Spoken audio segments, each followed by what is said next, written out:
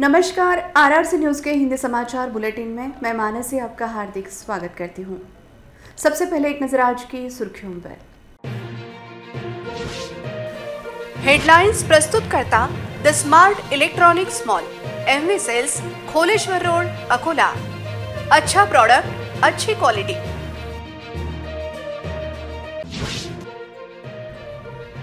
Mastermind पर कार्रवाई के लिए पुराना शहर पुलिस थाने पर सकल हिंदू समाज का मोर्चा।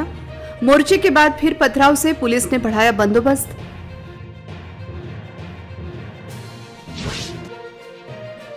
शेगांव खामगांव रास्ते पर भीषण हादसा, ट्रक की चपेट में ऑटो आने के कारण 4 की दर्दनाक मौत।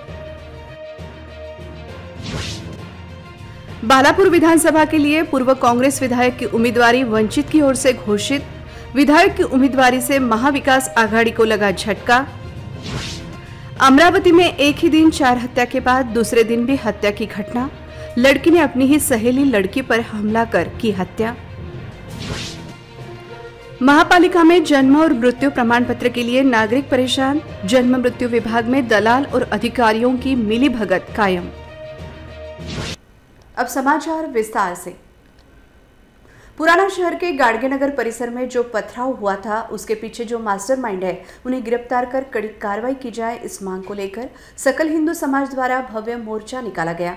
इस मोर्चे के बाद फिर से मामूली रूप से पथराव की घटना हुई। इसके बाद परिसर में पुलिस ने फिर से तगड़ा बंदोबस्त किया। ऑटो रिक्शा का धक्का लगने के मामूली कारण को लेकर गाडगेनगर हमजा प्लॉट परिसर में रहने वाले लोगों के 2 गुट अचानक आमने सामने आ गए और एक दूसरे पर पथराव करने लगे। इस घटना में कुछ राहगीर घायल हुए, जबकि एक ऑटो रिक्शा और 3 बाइक को भीड़ ने आग के हवाले कर। हालांकि दोनों गुटों के कुल 17 लोगों को पुलिस ने गिरफ्तार कर लिया था, लेकिन इस घटना के पीछे जो मास्टरमाइंड है, उस मास्टरमाइंड को जल्द से जल्द गिरफ्तार किया जाए व उसके खिलाफ कड़ी कार्रवाई की जाए तथा इस परिसर के समाज सेवक करण साहू के खिलाफ 8 अक्टूबर को बेवजह फर्जी शिकायत कर व निवेदन देकर उन पर कार्रवाई करने की मांग की गई, जो बिल्कुल बेबुनियाद है, जिसे खारिज किया जाए। इस मांग को लेकर सकल हिंदू समाज की ओर से पुराना शहर पुलिस थाने पर भव्य मोर्चा निकाला गया। इस मोर्चे में बड़ी संख्या में नागरिक शामिल थे, जिसमें महिलाओं की संख्या लक्षणीय थी। बारिश के बाद भी मोर्चे में शामिल नागरिक डटे रहे। पुराना शहर पुलिस थाने में पहुंचने के बाद थानेदार को निवेदन सौंपकर इस घटना के पीछे जो मास्टरमाइंड है, उस पर कार्रवाई करने की मांग की गई है। इस मोर्चे के बाद फिर से हमजा प्लॉट परिसर में पथराव आरंभ हुआ था, लेकिन पुलिस यहां मौजूद रहने से तुरंत स्थिति पर नियंत्रण स्थापित किया गया। इसके बाद परिसर में पुलिस ने फिर से नाकाबंदी कर तगड़ा बंदोबस्त तैनात किया। पुलिस ने नागरिकों से किसी भी अफवाहों पर ध्यान न देने का आह्वान किया है। फिलहाल परिसर में शांति का माहौल है। परिसर में जगह जगह पुलिस का तगड़ा बंदोबस्त तैनात किया गया है। शेगांव खामगांव रास्ते पर एक अज्ञात ट्रक ने एपे ऑटो को जोरदार टक्कर मार दी। इस हादसे में एपे में सवार 4 की जगह पर ही दर्दनाक मौत हो गई। यह एपे ऑटो खामगांव से शेगांव की ओर आ रहा था। खामगांव शेगांव रास्ते पर विरुद्ध दिशा से आ रहे अज्ञात ट्रक और एपे ऑटो के बीच टाकली वीरो गांव के पास जोरदार भिड़ंत हुई। इस हादसे में ऑटो में सवार 4 की मौके पर ही दर्दनाक मौत हो गई। घटना के बाद ट्रक चालक ट्रक लेकर फरार हो गया। यह टक्कर इतनी जोरदार थी कि ऑटो के परखच्चे उड़ गए। मौके पर पुलिस आने तक चारों ही मृतकों के शव वहीं पड़े थे, जबकि रास्ते किनारे घायल तड़प रहे थे। यह नजारा देख सभी का दिल पसीज रहा था। ऑटो खामगांव से शेगांव की ओर आ रहा था, जबकि अज्ञात ट्रक शेगांव से खामगांव की ओर जा रहा था। ऑटो में सवार एक मृतक की पहचान आधार कार्ड के जरिए की गई। इस आधार कार्ड पर चंद्रशेखर तुलसीराम पाचपोर लिखा था, जबकि खबर लिखे जाने तक अन्य 3 मृतकों के नाम की जानकारी नहीं मिल पाई थी। जब से इस रास्ते का चौड़ीकरण तथा कंक्रीटीकरण किया गया है, तब से इस रास्ते पर वाहनों की तेज गति के कारण आए दिन हादसे हो रहे हैं, जिसमें अभी तक कई निरपराधों को अपनी जान गंवानी पड़ी है। बालापुर विधानसभा के लिए पूर्व कांग्रेस विधायक नतीकुद्दीन खतीब की उम्मीदवारी वंचित बहुजन आघाड़ी की ओर से जाहिर की गई, जिसके कारण बालापुर तहसील की राजनीति गर्मा गई है। इस उम्मीदवारी के कारण महाविकास आघाड़ी की मुश्किलें बढ़ सकती हैं। हरियाणा में विधानसभा चुनाव के नतीजे के बाद महाराष्ट्र की सियासत गर्मा गई है। विधानसभा चुनाव जाहिर होने के पहले ही राज्य में गठबंधन के समीकरण बदलने लगे हैं। बालापुर के कांग्रेस पूर्व विधायक तथा निष्ठावान कांग्रेस नेता नातिकुद्दीन खतीब की बालापुर विधानसभा मतदार संघ के लिए वंचित बहुजन आघाड़ी द्वारा उम्मीदवारी घोषित करने के कारण जिले की राजनीति में खलबली मच गई है, जबकि वंचित बहुजन आघाड़ी की ओर से बालापुर मतदार संघ के लिए तैयारी कर रहे अन्य उम्मीदवारों की आशाओं पर पानी फेर गया है। हालांकि बालापुर विधानसभा मतदार संघ पर महाविकास आघाड़ी की ओर से शिवसेना उद्धव ठाकरे गुट के विधायक नितिन देशमुख की उम्मीदवारी लगभग तय मानी जा रही है, जिसके चलते महाविकास आघाड़ी के घटक दल कांग्रेस के नेताओं में चल बिचल बढ़ गई थी। कांग्रेस में भी बगावत के आसार नजर आ रहे थे। इसके पहले ही वंचित बहुजन आघाड़ी की ओर से आज राज्य के विधानसभा चुनाव के लिए 10 उम्मीदवारों के नाम की घोषणा की गई, जिसमें बालापुर विधानसभा मतदार संघ के लिए कांग्रेस के पूर्व विधायक नातिकुद्दीन खतीब के नाम की उम्मीदवारी घोषित होने के बाद जिले की राजनीति में खलबली मच गई है। मुंबई में वंचित बहुजन आघाड़ी की ओर से आयोजित पत्रकार परिषद में बालापुर विधानसभा के लिए नातिकुद्दीन खतीब के नाम की घोषणा की गई। इस अवसर पर पत्रकार परिषद में स्वयं नातिकुद्दीन खतीब भी उपस्थित थे। उनकी उम्मीदवारी घोषित होने से महाविकास आघाड़ी के शिवसेना उद्धव ठाकरे गुट के उम्मीदवार नितिन देशमुख की मुश्किलें बढ़ गई हैं। वहीं वंचित बहुजन आघाड़ी के जिन नेताओं ने विधानसभा के लिए पिछले 5 वर्षों में तैयारी कर रखी थी, उनकी मेहनत पर भी पानी फेर गया है। मुंबई में वंचित बहुजन आघाड़ी की ओर से आयोजित पत्रकार परिषद में वंचित बहुजन आघाड़ी की ओर से राज्य के 10 मतदार संघ के लिए 10 मुस्लिम उम्मीदवारों के नाम घोषित कर मुस्लिम कार्ड खिला है। आज घोषित के उम्मीदवारों में मलकापुर के लिए शहजाद खान सलीम खान, बालापुर खातिब नातिकुद्दीन, परभनी सैयद सामी सैयद साहबजान, औरंगाबाद सेंट्रल मोहम्मद जावेद मोहम्मद इशाक, गंगापुर सैयद गुलाम नबी सैयद, कल्याण वेस्ट अयाज गुलाम मौलवी, हड़पसर एडवोकेट मोहम्मद अफरोज मुला, मान मतदार संघ में इम्तियाज जफर नदाब, शिरोल आरिफ पटेल तथा सांगली मतदार संघ के लिए अलाउद्दीन काजी का समावेश है। अमरावती शहर में जहां एक और नवरात्र उत्सव चल रहा है, वहीं दूसरी ओर शहर में एक के बाद एक हत्याओं का दौर आरंभ होने से शहर में सनसनी फैल गई है। सोमवार रात अमरावती शहर में 3 हत्या की घटना से दहल उठा था। इस घटना की खबर की स्याही सूखी ही नहीं थी कि मंगलवार शाम 7 बजे एक युवती ने दूसरी युवती की हत्या कर दी। प्राप्त जानकारी के अनुसार मृतक लड़की का नाम 26 वर्षीय शुभांगी काले है। शुभांगी आरवी की रहने वाली है। वह पिछले 3 दिनों से अमरावती शहर में रह रही थी। सूत्रों के मुताबिक घटना के दौरान उसके साथ उसकी एक सहेली भी थी। जब आरोपी युवती वहां आई, इस दौरान तीनों के बीच कुछ बहस हुई। इसके बाद आरोपी लड़की ने धारदार हथियार से शुभांगी पर हमला कर दिया, जिसमें शुभांगी गंभीर रूप से घायल हो गई। उसे तुरंत अस्पताल ले जाया गया, वहां उसकी मौत हो गई। पुलिस ने आरोपी युवती को कुछ ही देर में हिरासत में ले लिया। पुलिस ने आरोपी लड़के के खिलाफ मामला दर्ज किया है तथा राजापेट पुलिस इस घटना की आगे की जांच कर रही है। महापालिका में जन्म मृत्यु प्रमाण पत्र विभाग की मनमानी कामकाज से नागरिक परेशान हो रहे हैं। घंटों तक कतार में खड़े रहने के बाद भी नागरिकों को प्रमाण पत्र नहीं मिल रहे हैं। वहीं दूसरी ओर दलालों को मुंह मांगे पैसे देने के बाद उन्हें तुरंत प्रमाण पत्र मिल रहे हैं, जिसके कारण जन्म मृत्यु प्रमाण पत्र विभाग में कार्यरत दलालों की चांदी कट रही है। शालेय प्रवेश तथा नौकरी के लिए महापालिका का जन्म प्रमाण पत्र, जबकि मृत्यु प्रमाण पत्र की भी कई कामों के लिए नागरिकों को आवश्यकता होती है। मुख्यमंत्री मेरी लाडली बहन योजना के लिए तथा आरटीए तहत प्रवेश के लिए, नौकरी के लिए, शालेय प्रवेश के लिए जन्म प्रमाण पत्र की आवश्यकता होती है। जन्म और मृत्यु प्रमाण पत्र निकालने के लिए महापालिका के जन्म मृत्यु विभाग की भीड़ कम होने का नाम नहीं ले रही है। दोनों ही प्रमाण पत्र निकालने के लिए आने वाले नागरिक घंटों तक कतार में खड़े रहकर परेशान हो रहे हैं। पिछले दिनों नागरिकों की परेशानी को देखते हुए मनपा आयुक्त द्वारा विभाग के कर्मचारियों को सूचना देकर काउंटर भी बढ़ाए गए थे। उसके बावजूद भी नागरिकों की भीड़ कम न होते हुए जस की तस नजर आ रही है। पहले भी इस विभाग में प्रमाण पत्र हासिल करने के लिए सुबह से शाम तक नागरिकों की भीड़ लगी रहती थी, लेकिन अब कुछ शासकीय योजना आरंभ होने से योजना के लिए आवश्यक दस्तावेजों के लिए नागरिकों की भागा दौड़ी मच रही है। इनमें जन्म मृत्यु प्रमाण पत्र महत्वपूर्ण दस्तावेज है। बीच में इस विभाग का संकेत स्थल बंद था। अब शुरू हो जाने से नागरिकों की भीड़ फिर से उमड़ी है। इस कार्य में किसी तरह की कोई बाधा न आए, इसलिए इस विभाग में अधिक संगणक देकर बेहतर सेवा देने के लिए नियोजन किया गया है। बावजूद इसके यहाँ की भीड़ कम होने का नाम नहीं ले रही है। एक तो इस विभाग में नियोजन की कमी है। यहाँ नियुक्त कर्मचारी नागरिकों से सीधे मुंह बात भी नहीं करते हैं। महिला व पुरुषों को एक ही कतार में खड़े रहना पड़ रहा है। यहाँ कार्यरत सुरक्षा कर्मचारी बाहर इधर उधर गपशप लड़ाते दिखाई देते हैं। वहीं दूसरी ओर यहाँ कुछ एजेंट पिछले कई दिनों से सक्रिय हैं, जिन्हें पैसे देने के बाद नागरिकों का काम आसान हो जाता है। लेकिन यह दलाल भी मुंह मांगे पैसे लेकर नागरिकों की लूट कर रहे हैं, जिसमें इस विभाग के कुछ अधिकारी व कर्मचारी भी शामिल होने की जानकारी मिल रही है। नागरिकों को यहाँ हो रही परेशानी को देखते हुए महापालिका द्वारा इस समस्या की ओर गंभीरता से ध्यान देते हुए यहाँ कार्यरत दलाल तथा अधिकारियों की श्रृंखला तोड़ने के लिए यहाँ के कुछ अधिकारियों का तथा कर्मचारियों का तबादला करने की मांग हो रही है। समाचार में आगे और भी हैं, आप देखते रहिए RRC समाचार। गंगानगर मध्ये काहीच नाही आहे, रोड नाही, काही नाही आणि बोकाळलेलं आहे सगळं। काय सांगा आता, ओपन करून जाऊ द्या। भ्रष्टाचारात नाही, भारत नंबर 1 आहे। पहिले पाकिस्तान होता, आता पाकिस्तान गेला 5व्या नंबरवर, इंडिया आला पहिल्या नंबरवर। हे काय आहे, जाऊ द्या, काय मग बोलायचं बस। ज्याला म्हणता येईल मग घराणेशाही ते चालत आली आतापर्यंत साध्या भाषेत किंवा मजबुरी।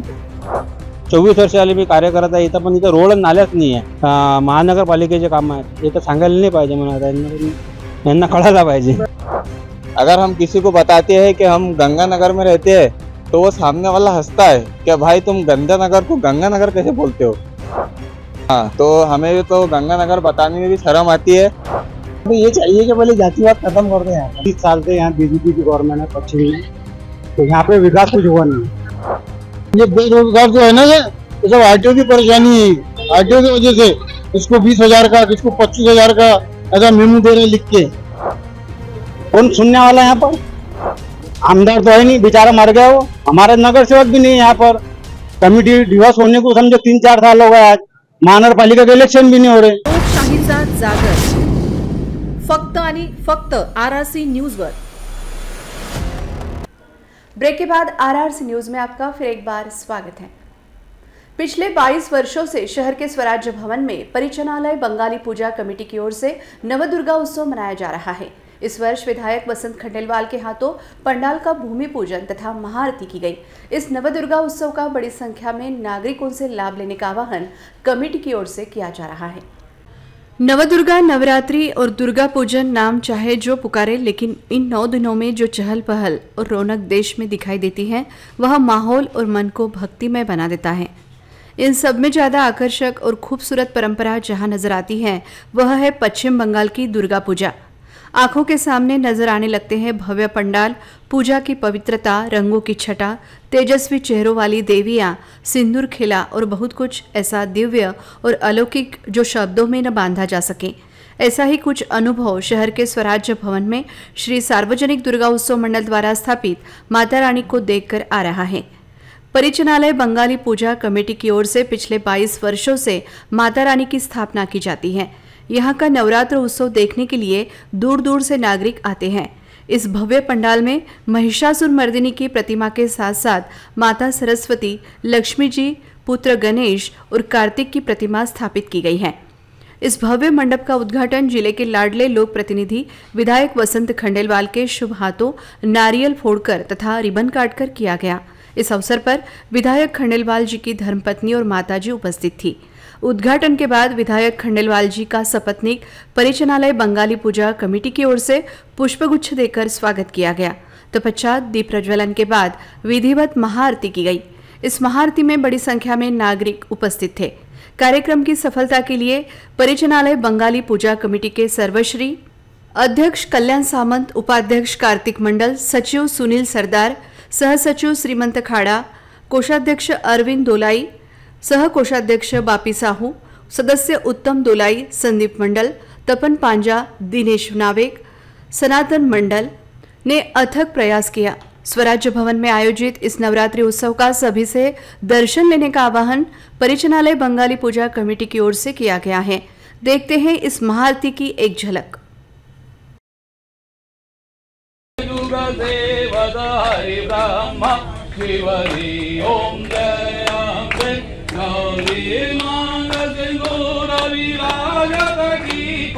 राधा मद को मैया टी को राधा मद को उज्ज्वल से दो नैना निर्मल से दो जम्बू सुखवारी कामना को पूर्ण करो जाओ बलिहारी कामना को पूर्ण करो जाओ बलिहारी सूर्य प्रभा कर राजद समज्योति ओम जय गौरी जो मविदारे महिषा सुरघाते हो मैया महिषा सुरघाते ओम गलिलो।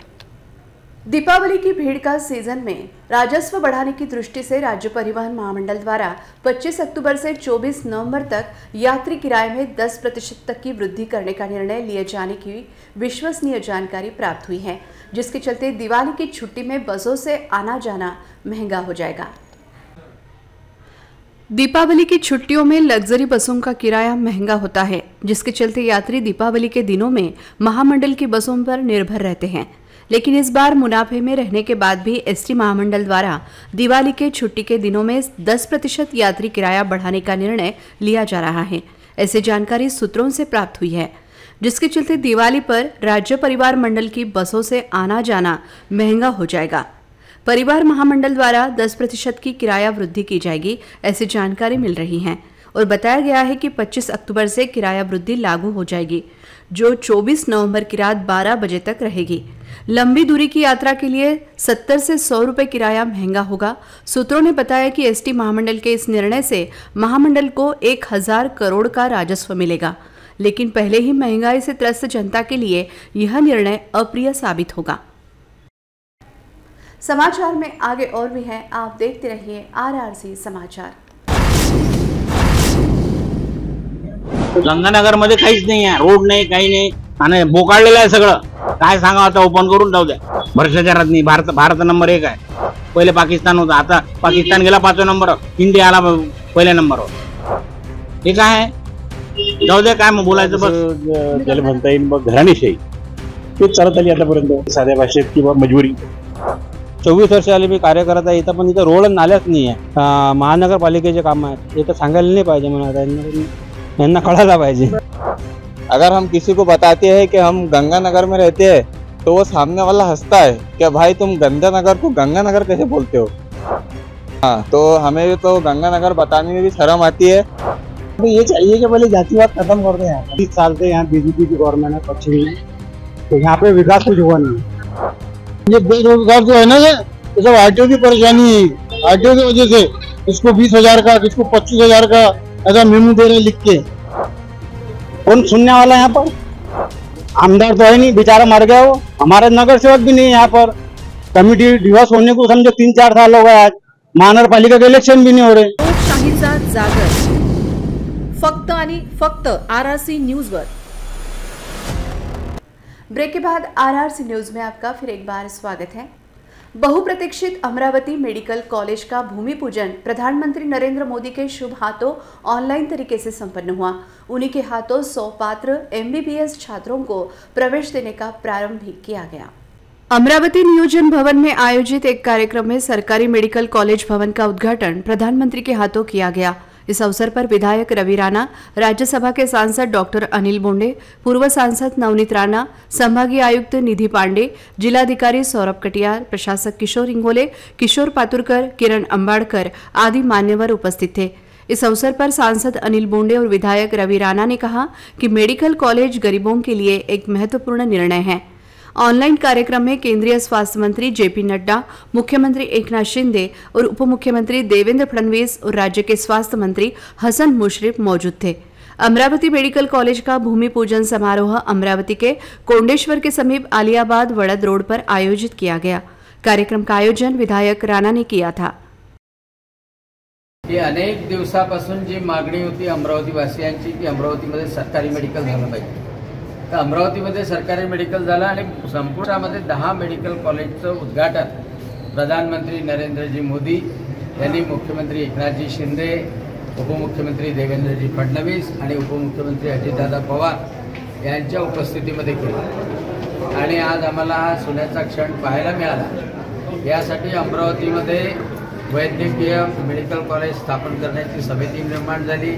आमचे किरणजी पातुरकर, माजी खासदार नवनीतजी राणा, रविभाऊ राणा, प्रतापदादा अडसट, आम्ही सगळ्यांनी त्याच्यासाठी अतिशय मेहनत घेतली. देवेंद्रजींनी पाठपुरावा केला आणि आजचा सोन्याचा क्षण आला. 100 जागा मिळालेल्या आहेत, 100 सीट्स मिळालेले आहेत आणि कोंडेश्वर इथल्या विस्तीर्ण जागेवर मी पालकमंत्री असताना ती जागा सिलेक्ट केली होती आणि त्या जागेवर हे मेडिकल कॉलेज होणार, पूर्ण इमारत होणार आहे.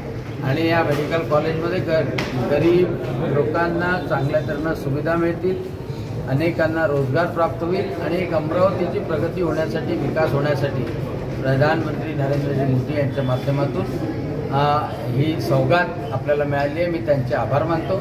मुख्यमंत्री आणि उपमुख्यमंत्री देवेंद्रजी फडणवीस यांचे सुद्धा आभार मानतो. अकोट तालुका में सोयाबीन काटने खेत में गए एक मजदूर की कुएं में गिरने से दर्दनाक मौत हो गई, जिससे परिसर में एक ही खलबली मच गई.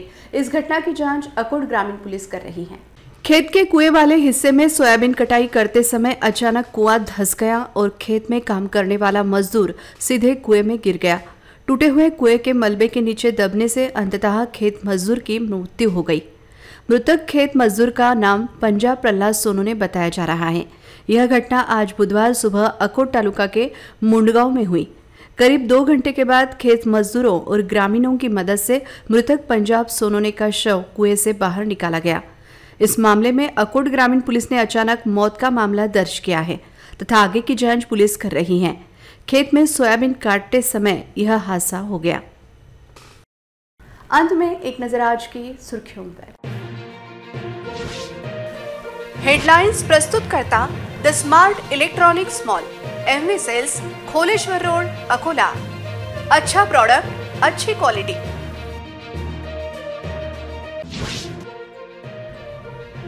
मास्टरमाइंड पर कार्रवाई के लिए पुराना शहर पुलिस थाने पर सकल हिंदू समाज का मोर्चा. मोर्चे के बाद फिर पथराव से पुलिस ने बढ़ाया बंदोबस्त.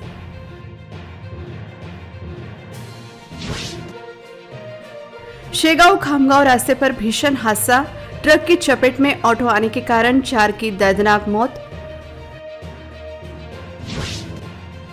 बालापुर विधानसभा के लिए पूर्व कांग्रेस विधायक की उम्मीदवारी वंचित की ओर से घोषित. विधायक की उम्मीदवारी से महाविकास आघाड़ी को लगा झटका. अमरावती में एक ही दिन 4 हत्या के बाद दूसरे दिन भी हत्या की घटना. लड़की ने अपनी ही सहेली लड़की पर हमला कर की हत्या. महापालिका में जन्म और मृत्यु प्रमाण पत्र के लिए नागरिक परेशान. जन्म मृत्यु विभाग में दलाल और अधिकारियों की मिलीभगत कायम. समाचार के लिए देखते रहिए RRC न्यूज. यूट्यूब चैनल पर भी आप सब्सक्राइब कर सकते हैं. RRC digital Akola. दुनिया में कहीं भी देखिए RRC डिजिटल. फिर मिलेंगे शहर की ताज़ा जानकारी और महत्वपूर्ण घटनाओं के साथ. नमस्कार.